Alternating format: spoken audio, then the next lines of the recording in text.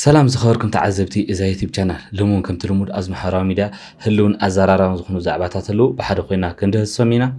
تتنياتات يريترا تحت قصصر بوليس علم الله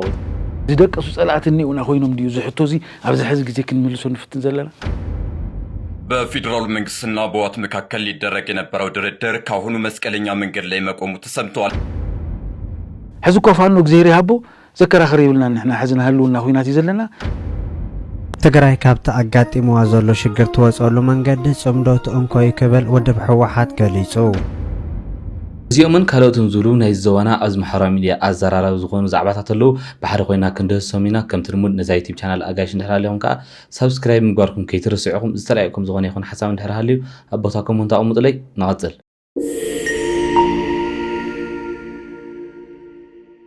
اشمبار زخوركم تعذبتي كم اتوقع خلنا جنرال تحدث ورده عدغرات يونيفرسيتي ابزغورود نبر عدوت زتزاربو بزعبا ناي مناسي ناب سلطان ممصا زول حسابني اسكي بحد نسمعي من اسينا بامرار حاممصوم نلوتي زلوم قرب نظر ايلوم بريزيدنت غيزيا ممحدار تግራይ ليتنا جنرال تحدث ورده اتم بريزيدنت ابعودتم يونيفرسيتي عدغرات من اسينا بلعلو امرار حب ممصا زريو تبغسو نلوتي زلو ودلولነት ايايلوم بتوسخد ما حفيا هوسبيتال عدغرات مس يونيفرسيتي تصمبيرو صحاشه ግልጋሎት ከካቢኔ ጊዜያ መምሕዳር ትግራይ ከም ዝድግፎ አረጋጊጾም እቶም ጀነራል ወሲኾም ድማ ዩኒቨርሲቲ ዓድግራት ኣብ ሕርሻን መረባሕንሳን ሰርሖ ዘሎ ስራሕቲ እንኢዶም መዋጽኦ ትግራይ ትምህርቲ ምስራሕ ጥራይ ክብል ድማ ገሊጾም ሽምባር ዝኸርኩም ተዓዘብቲ ዝሓበረታ ከም ትኽንካታተሉ ጸናሕና ጀነራል ታደሰ ወረደ መንኣሰይ ናብ ስልጣን ምምጻእ ጽቡቕ እዩ ከምኡውን ዓዲ ትልወጥ ብትምህርቲ ኣዝብል ሓሳብዮም ኣቕሪቦም ዘለው ሽምባር ዝኸርኩም ተዓዘብቲ ኣብዚ ኸኣ ብዝቕጽል ሓደ ዝሕዝን ዜና ኣብ ማሕበራዊ ሚድያ እንዳተዘዋወረ ረኺበዮ ኣለኹ እስኪ ብሓደ ንከታተሎ زحزن زينة تمالي كاب جبوتي تبقى سلام يمن تقنع زنبرت جالبا مالتي قرابي 320 سبات سعينا تبع زنبرت مقلبات حدقا ويكا خمس تقلبات تحبيرو مالتي كواتهم دما شعانت سبات رئيسا خمس ترقبة خلتا مئتن 66 سبات دما خمس دحانو 45 سبات دما خمس تقويو اي او حبيرو مالتي زحبريتا اوريدي كافتم عبيت ميدياتات مسرحون عينا امسينا يزلنا بطعمي زحزن اوريدي سدت بوتي كلاتنا انت جبرنا دمادتيو مناسينا يتفقلنا له سو نموتي منجست سماياتي وارسم مدع بيسما نعاتي هابون كليلي ሽምባር ዝኸርኩም ተዓዘብቲ ዝሓበረታኹም ትኽንካታተሉ ዝጸናሕና ያው ብጣዕሚ እዩ ዝሕዝን ኣብዚ ሕዚ ሰዓት ብጣዕሚ ብዙሕ መንእሰይ ካብ ዓዲ እናወፀ ከምዚ ኣብ ባሕሪ ይተርፈለና ያው ብጣዕሚ ዝሕዝን ግዜ ሕማቅ ግዜ በፂሕና ያው ንዝሞቱ መንግስተ ሰማያት የዋርሶም ንስድራ ሞት ድማ ጽንዓት ይሃብኩም ሽምባር ዝኸርኩም ተዓዘብቲ ብኻሊእ ወገንካ ኣብዚ ሕዚ ሰዓት ፌደራል መንግስቲ ምስ ሕወሓት ወይ ድማ ምስ ናይ መንግስቲ ትግራይ ዝጎሮ ዝነበረ ድርድር ናብ መስቀለኛ መንገዲ ኣትዩ ዝብል ሓበሬታ ዘርጊሕሎ እስኪ ብሓደ ንከታተሎ በፌደራል መንግስትና በዋት መካከል ሊደረግ የነበረው ድርድር ካሁኑ መስቀለኛ መንገድ ላይ መቆሙ ተሰምቷል። እንዴት ናችሁ ክብራትና ክብራን? ቀደም ብዬ አስተዋወቅኳችሁን ርዕሰ ጉዳይ በአጭሩ ልንገራችሁ። በፌደራል መንግስትና በዋት መካከል ሊደረግ የነበረው ድርድር ካሁኑ መስቀለኛ መንገድ ላይ መቆሙ ተሰምቷል። በከፍተኛ ሚስጥር ተይዞ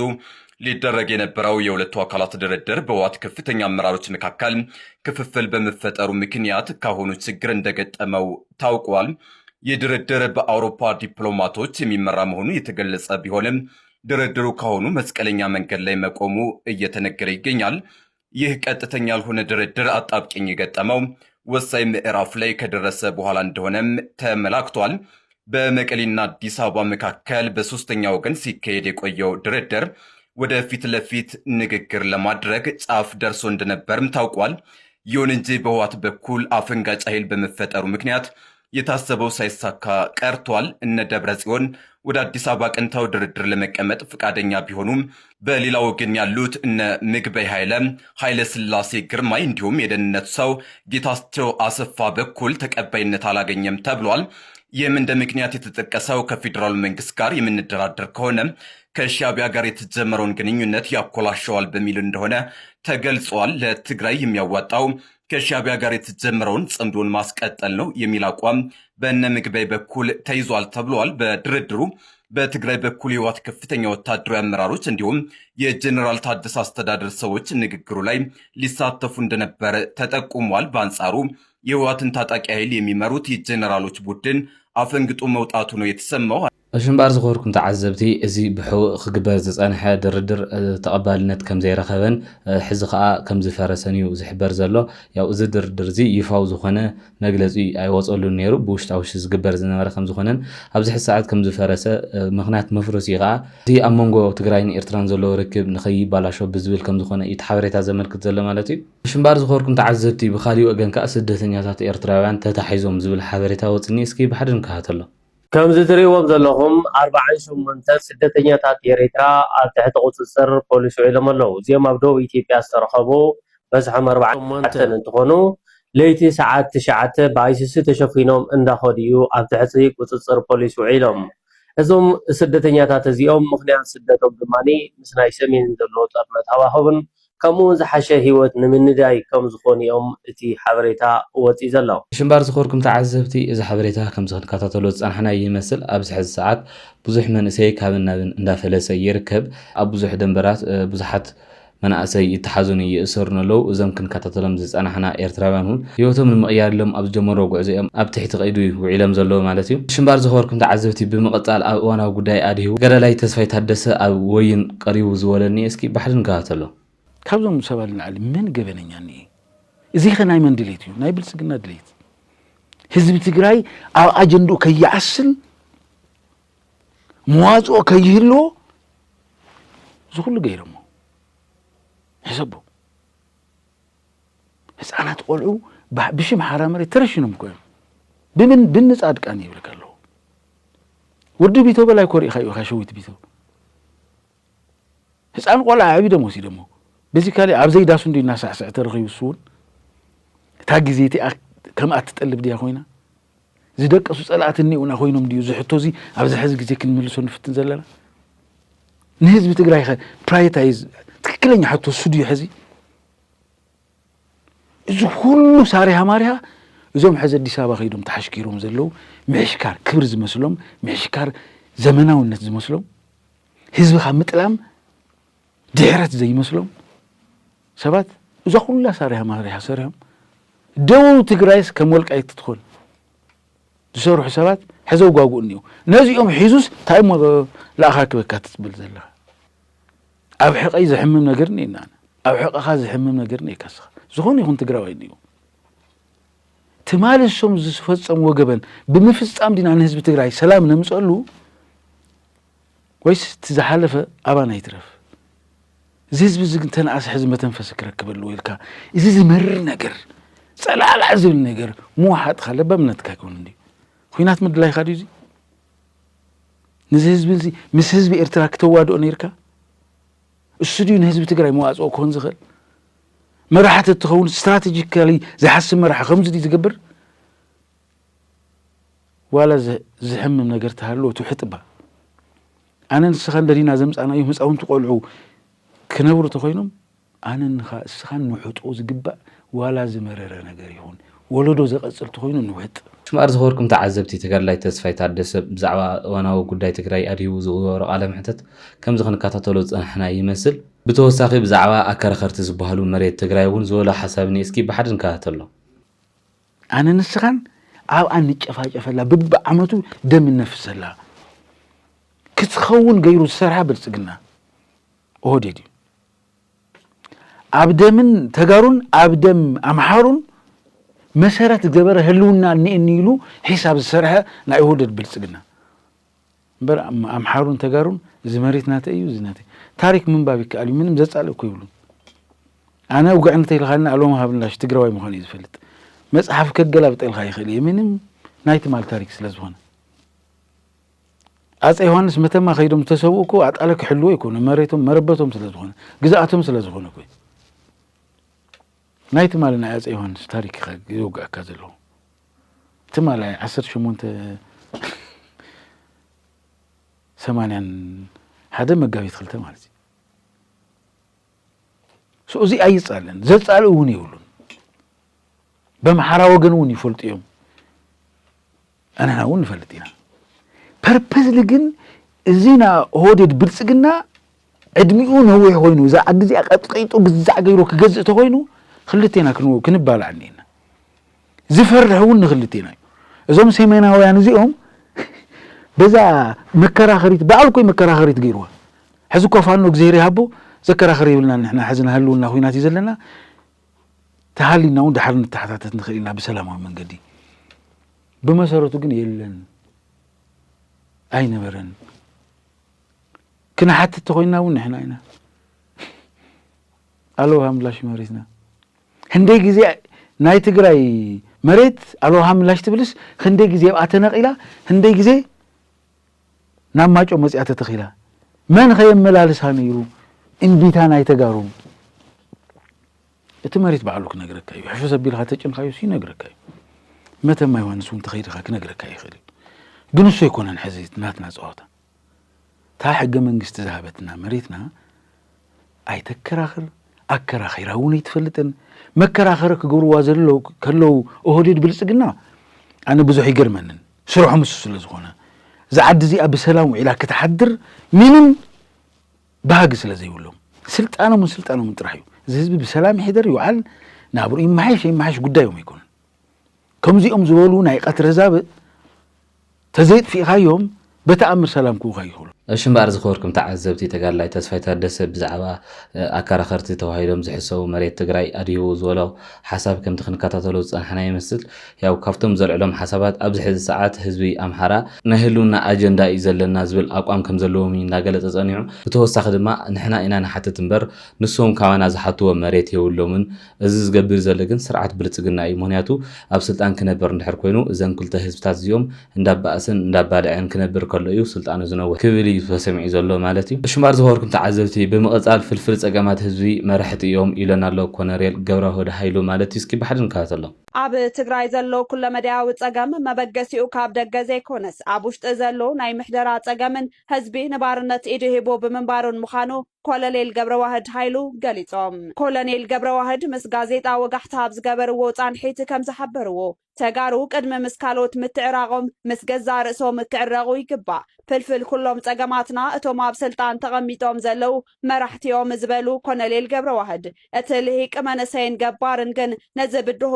ሰጊሩ ያኽለና ክብል ከም ዘለዎ ኣገንዚቦም ጠገምና በዓልና ኢና ምፂናዮ ዝበሉ እቶም ኮሎኔል መንግስቲ ፌደራል ይኹን ናይ ደገ ሓይልታት ኣብቲ ፀገም ናይ ባዕሎም ኣስተዋፅኦ ክህልዎም ይኽእል ኮይኑ ግና መሰረታዊ ፀገም ግን ካብ ውሽጢ ትግራይ ዝመንጨወ ምዃኑ ኣስሚሮምሉ ናይ ትግራይ ፀገም መንግስቲ ፌደራል ኣይመንጨወን ናይ ባዕልና ናይ ተጋሩ ፀገም እዩ ብምባል ህዝቢ ትግራይ ከም ንብረት ዝርእዩ መራሕቲ ካብ ስልጣን ክእለዩ ከም ዘለዎም ገሊጾም ኮሎኔል ገብረዋህድ ከም ዝገለጽዎ ኣብዚ ሕዚ እዋን ቢልዮናት ቅርሺ ዝውንኑ ውሕዳት ፖለቲከኛታትን ኣዘዝቲ ዕጡቋት ኣብ ዘለውሉ እዋን ብኣሽሓት ዝቁፀሩ ዜጋታት ብሰንኪ ጥሜት ይሞቱ ኣለው ኢሎም ሓደ ሰብ ሒዝዎ ዘሎ ቢልዮናት ቅርሺ ናይ ሓደ ዞባ ዓመታዊ በጀት እዩ ዝበሉ እቶም ኮሎኔል እቲ ብዘይ ሕጋዊ መንገዲ ዝተኣከበ ሃብቲ ብሕጋዊ ኣገባብ ናብ ዋንኡ ዝኾነ ህዝቢ ክምለስ ከም ዘለዎ ኣተሓሳሲቦም ኣብ ትግራይ ፍትሓዊ ርትዓውን ዲሞክራሲያውን ስርዓት ንምህናፅ እቲ ዝፀንሐ ወለዶን እቲ ሓድሽ መንእሰይ ወለዶን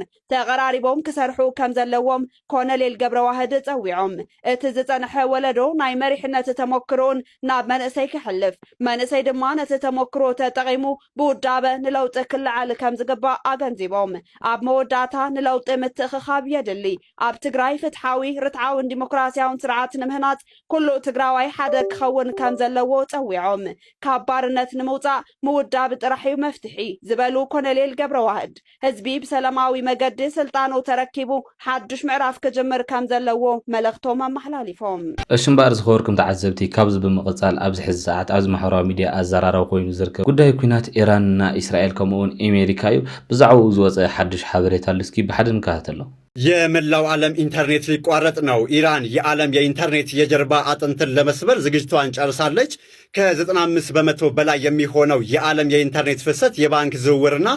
የዲጂታል ንግድ የሚንቀሳቀሰው በሳተላይት ሳይሆን በባህር ወለል ስር በተዘረጉ የፋይበር ኦፕቲክስ ኬብሎች ነው።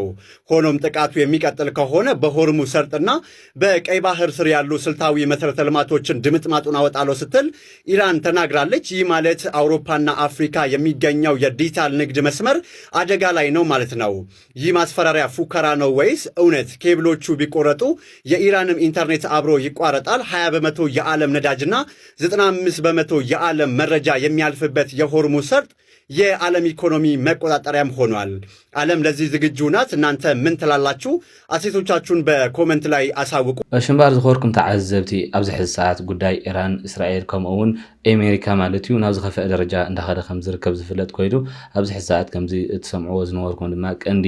ናይ ኢንተርኔት መመሓላለፊ መስመር ክወትኮ ኢላ ኢራን ከም ትሕነን ወይ ድማ ከም ትፍክር ዘላን እዩ ዝሕብር ዘሎ። ብኻሊእ ወገን ድማ ንትግራይ ጽምዶ እዩ ዘድሊ ዝብል ሓድሽ ዝወፅእ ሓበሬታ እስኪ ብሓደ ንከታተሎ። ትግራይ ካብቲ ኣጋጢምዋ ዘሎ ሽግር ትወፀሉ መንገዲ ጽምዶ ትእንኮይ ክብል ውድብ ሕወሓት ገሊጹ። ኣማኻሪ ሚድያን ኮሚኒኬሽን ውድብ ሕወሓት ተጋዳላይ ሓድሽ ካሕሱ ንድምፂ ወያነ ኣብ ዝሃቦ መግለጺ ትግራይ ካብ ዝገጢምዋ ዘሎ ሽግር ትወፀሉ መንገዲ ጽምዶ ኢሉ ዝተፈላለዩ ሃገራት ዘጋጥመን ሽግር ዝተሰጋረሉ መንገዲ ጽምዶ ከም ዝኾነ ዝገለጸ እቲ ሓላፊ ሕወሓት ኣብዚ ሕጂ እዋን ኣብ ትግራይ ብውልቀ ሰባት ዝተጀመረ ጽምዶ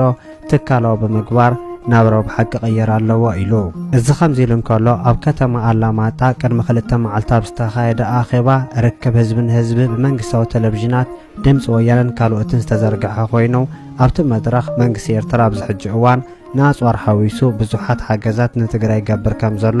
ካብቶም መራሕቲ እቲ ኣኼባ ክዛረቡ ተሰሚዖም። ረብሓ ተጻምደካ ንንክዲና ዘለና ጸላኢ ወጸላኢ ነኪና ትካላዊ ድዩ ስትራቴጂካዊ ድዩ ገና ዲቴይል ክስራሕ ኣሎ ብውልቀ ሰባት እንዲ ተጀሚሩ ዘሎ ንዑ ከመይ ጌርና ናብ ብራኸ ነውፅሕየ ኢኻ ትብል እምበር ታጽምዶ እውን ነዚኣ ኣብ ሓበራዊ ረብሓ ዝተደረኸ እዩ። ስለዚ ትምጥርጣር ባህራዊ ህዝብና ህዝቢ ትግራይማ ፎታው ክበዝሕ ይደሊ ስትራቴጂክ ዓሙታትማ ዘለዓለም ናትባኣስ ኸዳ ክትነብር ጀነሬሽን ብስመፀ ቁፅሪ ኣብ 30 ዓመት ውግእና ናተኸፈተ ህዝቢ ትግራይ እኮ ባይዘወይ ቀኒሱ እኮ እቲ ዝቐንሰሉ ቁፅሩ ኣብ ጀነሬሽን ሓደ ጀነሬሽን ከይትካእ ናተወድእ ስለዚ እዚ ኩሉ ዘትርፍ ስለዝኾነ ጠቃሚ እዩ ዝብል ሓሳብ እዩ ዘለና። ሽምባር ዝኸርኩም ተዓዘብቲ እዚ ሓበሬታ ከምቲ ክንከታተሎ ፀናሕና ይመስል። ብኻሊእ ወገን ኣብዚ ማሕበራዊ ሚድያ ኣዘራረብ ኮይኑ ዝርከብ ሓደ ጉዳይ እስኪ ብሓደ ንከታተሎ። መሻርክቲ ሕወሓትን ኤርትራን ምዃኑ ዝንገረሉ ጀነራል ዓብደልፈታሕ አልቡርሃን ዝፈረመ ስምምዕ ድጊ ተፅዋር ተሰሪዞም መንግስቲ ኣሜሪካ ምውላዕ ኩናት እስራኤል ኣሜሪካ ኢራን ስዒቡ ብዓብደልፈታሕ አልቡርሃን ንዝምራሕ መንግስቲ ሱዳን ሙስሊም ብራዘርሁድ ኣብ ዝርዝር ዓለም ለኸ ፈጠርቲ ግብረራ ዓድዩ ኣብ ዝሓለፈ ወርሒ ከም ዘስፈረ ዝፍለጥ እዮም። ኣብ ማእኸላይ ምብራቕ ካብ እስራኤል ቀፂላ ፈታዊትን መሻርክትን ኣሜሪካ ዝኾነት ሃገር ስዑድ ዓረብ ድማ ጀነራል ዓብደልፈታሕ አልቡርሃን ምስ መሐመድ ደጋሎ ህሚትን ዘካይዱ ዘሎ ኩናት ብሰዕራይነት ንኽዛዝሞ ዘኽእሎ ፈሪሞምዎ ዝነበሩ ውዕሊ ሽይጥ ተፅዋር ከም ዝሰረዞ ተፍሊጣላ። እዚ ድማ መንግስቲ ሱዳን ንልዕሊ 16 ዓመታት ተቋሪፁ ዝነበረ ርክብ ሱዳንን ኢራንን ከም ብሓድሽ ጀሚርዎ ዘሎ ዕርክነት እዮም። መንግስቲ እስራኤል እውን ንመንግስቲ አልቡርሃን ኣብ ባቃይሕ ባሕሪ ቀንዲ ስጋት ህልውና ኮይኑ እዩ ነዚ ድማ ከጥፈ ክብል ዝሓለፈ ወርሒ ተሓኒሙ ምንባሩ ዝከር እዩ። ህወሓትን ሻዕብያን ቀንዲ መጻምዲ ጀነራል አልቡርሃን ምዃኖም ብርክት ዝበላ ሚድያታት ክገልጻ ፀንሓ ኮይነን ኢትዮጵያ ድማ ነቲ ምስ ጀነራል ዓብደልፈታሕ አልቡርሃን ዝዋጋእ ዘሎ ሂሚቲ ከም እትድግፍ እዩ ዝሕበር። ሽምባር ዝኸርኩም ተዓዘብቲ ናይ ልማዓንቲ ኣብዚ ማሕበራዊ ሚድያ ህልውን ኣዘራራቢ ዝኾኑ ዛዕባታት እዞም ክንከታተሎም ፀናሕና ይመስሉ። ኣብዚ ናይ ልማዓንቲ መደበይ ሓድሽ ነገር ከም ዝረኸብኩም በዓል ሙሉእ ተስፋየ ኣብ ዝቐፅል ከዓ ብኻሊእ ሓደሽቲ እዋናዊ ዛዕባታት ተመሊስና ክሳብ ንራኸብ ኣብዛ ዘለኹሞ ሰላም።